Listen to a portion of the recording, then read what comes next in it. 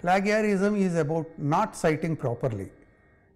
Now, where it happens, why it happens, and what are the regulations to control it and contain it, and what are the penalties in case if it happens. Now, as I mentioned, not citing properly, whenever we happen to take anyone's work, it could be a photograph, a graph, a table, an animation, a paragraph, or few words, we must cite it. Not citing is the deviation. Now that is an offense and it is called plagiarism. Even ideas, when we take from the literature, we must cite from where we have taken the idea. Now it could occur in few sentences or in a paragraph, or it could occur in number of paragraphs across a document, and the documents could be a student's assignments, a research paper, a proposal, or a conference proceedings. Whatever we happen to be using and going to put it in the public domain, we need to be concerned about if we happen to take any information from the literature, we must cite it properly. That is what is called in short copying another's work. Without permission is not the criteria. If we happen to be using another's work, we must cite it. If we are using our own work which is already published in an institute report like an annual report or in some research journal, the moment we give it to the journal for publication, we have given the copyright to them. So we must understand that we are violating a copyright procedure also. So we need to be concerned about what all places we are violating, where we are taking our own work also, we should not use it without citing it. Now, these are some of the areas unintentional. As I mentioned that we publish a paper and the previous paper is our own and we are using in a current paper, we think that it is our own work, true. But as I mentioned that once it is published anywhere in a public domain, we must cite it once again.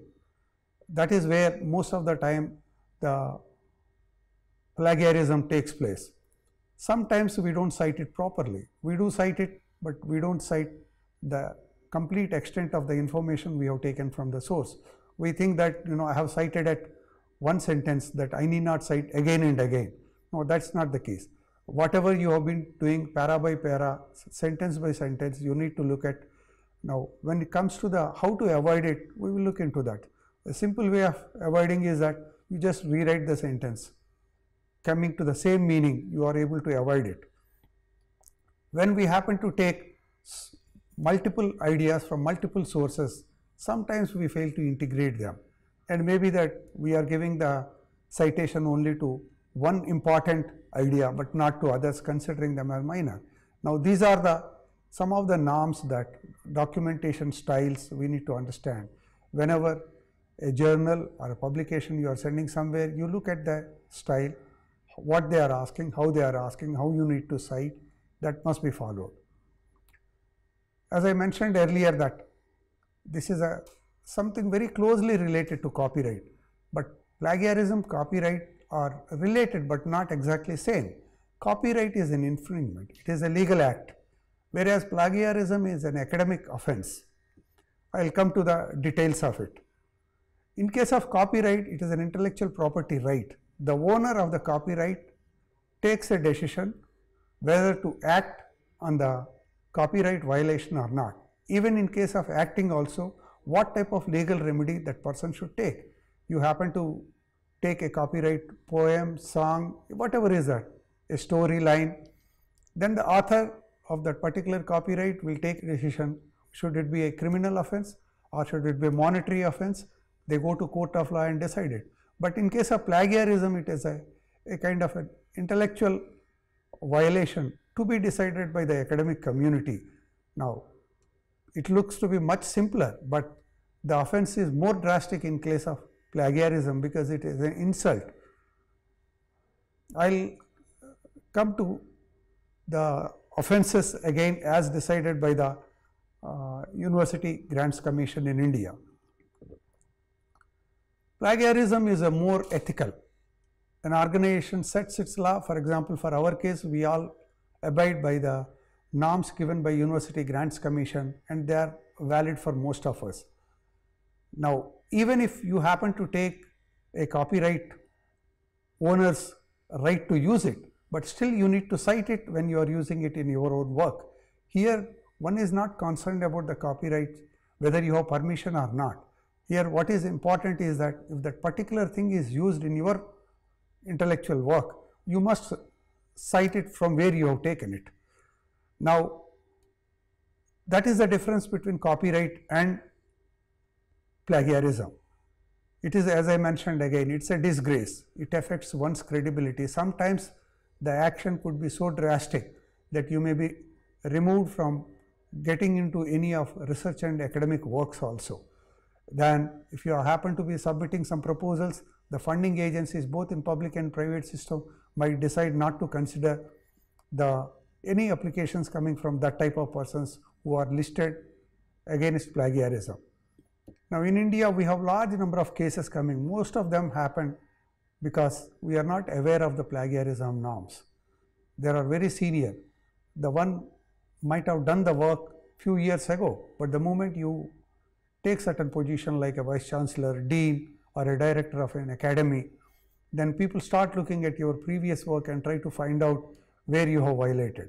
So you got to be careful much well in advance, right from now. Whatever you are going to do, relook at that, whether you are violating any plagiarism norms, and try to control that, do it. It's a very simple thing.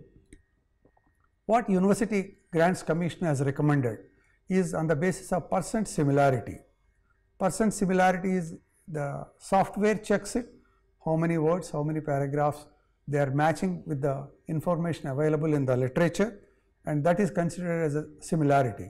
If it is less than 40%, you are advised to take that document and redo it, reduce the similarity to less than 10%, though I wrote it, but what ideally we say is that it should be less than 1%. If it is 40 to 60% similarity, a student is asked to resubmit after revising it, but if it is a faculty, the offense is much harsher.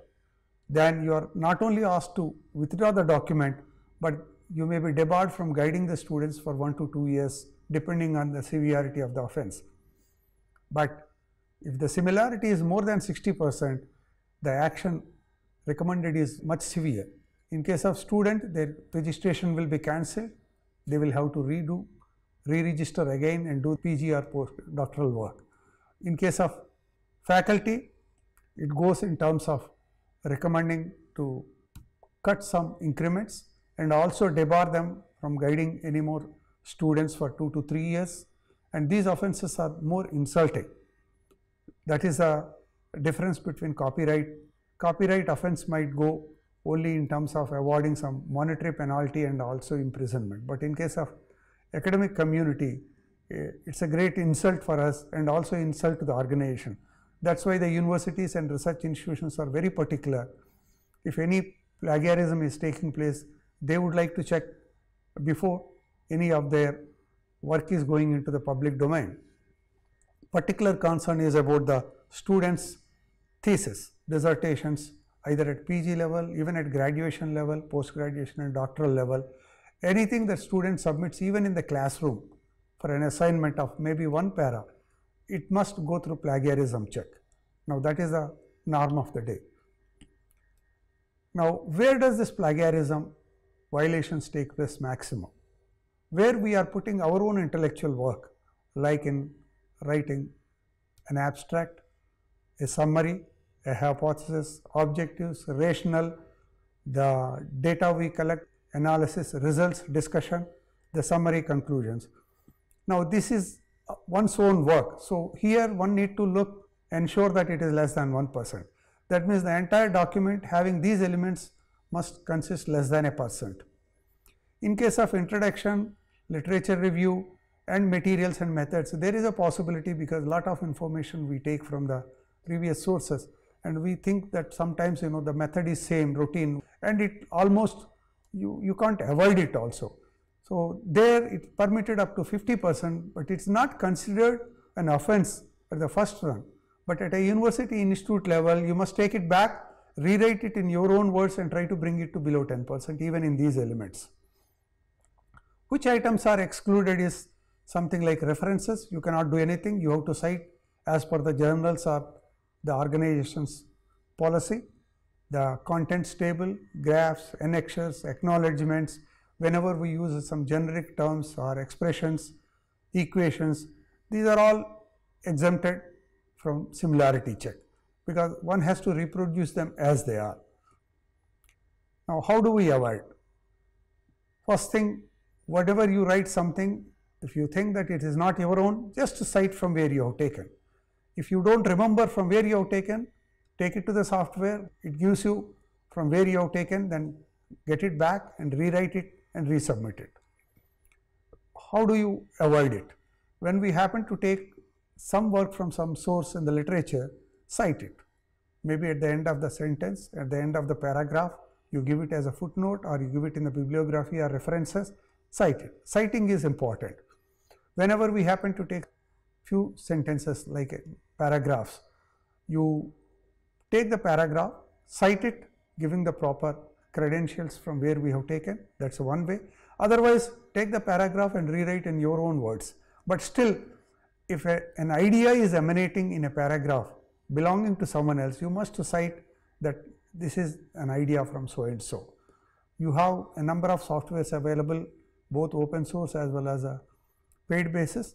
But Urkund is the one which is being made available with the UGC, free of cost to all the universities. You must use it. It is made available to all the universities, maybe mostly made available to you, to your library. Take your each and every thing written by you, as I mentioned, an assignment, a popular article, a research article or a thesis, keep running on that software and see where the similarities are detected and try to minimize those similarities. That is simple. Many a times what happens is that certain things are repeatedly used in the literature and not cited. Something, what Newton said, what Einstein said, laws of gravity. Now these are the type of things are well known.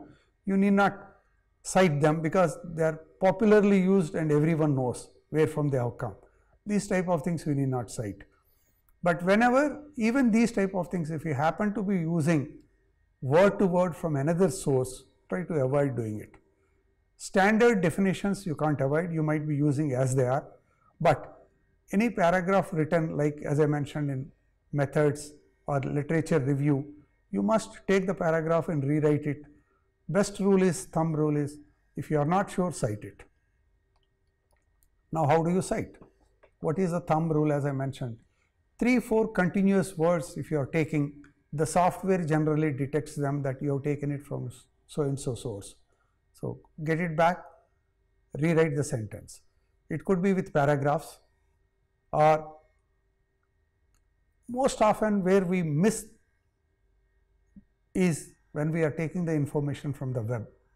Web sources, many of the institutions are particular about the copyright, plagiarism aspect. So they do check every web page that goes onto their institutional websites. But there are many websites which are not concerned about them.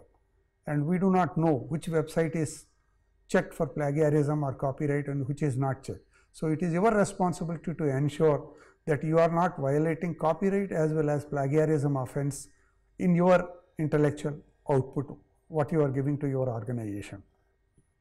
Whenever you do a quotation, there are two ways. If the quotation has less than 40 words, simply put it in double quotes, give the author's name at the beginning or the end, cite it. But if the quote is long and has more than 40 words, then you cite the author in a previous sentence, then put the whole quotation with one indentation to the right. It could be 3 lines, it could be 40 lines. Extensive. You go to the library and look, take any standard textbooks, any novel. This is a very standard practice. You see a large number of places the authors give extensive quotes set by the others. So these two instances very extensively see, and we do come across this when we are making a discussion. Some author said this on this particular aspect. So if you want to use the same words, use it, but do cite that particular work. And whenever we take, how to avoid a simple procedure, you take one sentence from the literature, Best is that if it is in a direct speech, make it in indirect speech, or if it is available in indirect speech, make it direct. Just try to see that the software that is detecting, as I said, 3 to 4 continuous words or a phrase is avoided, or you paraphrase yourself as per your convenience.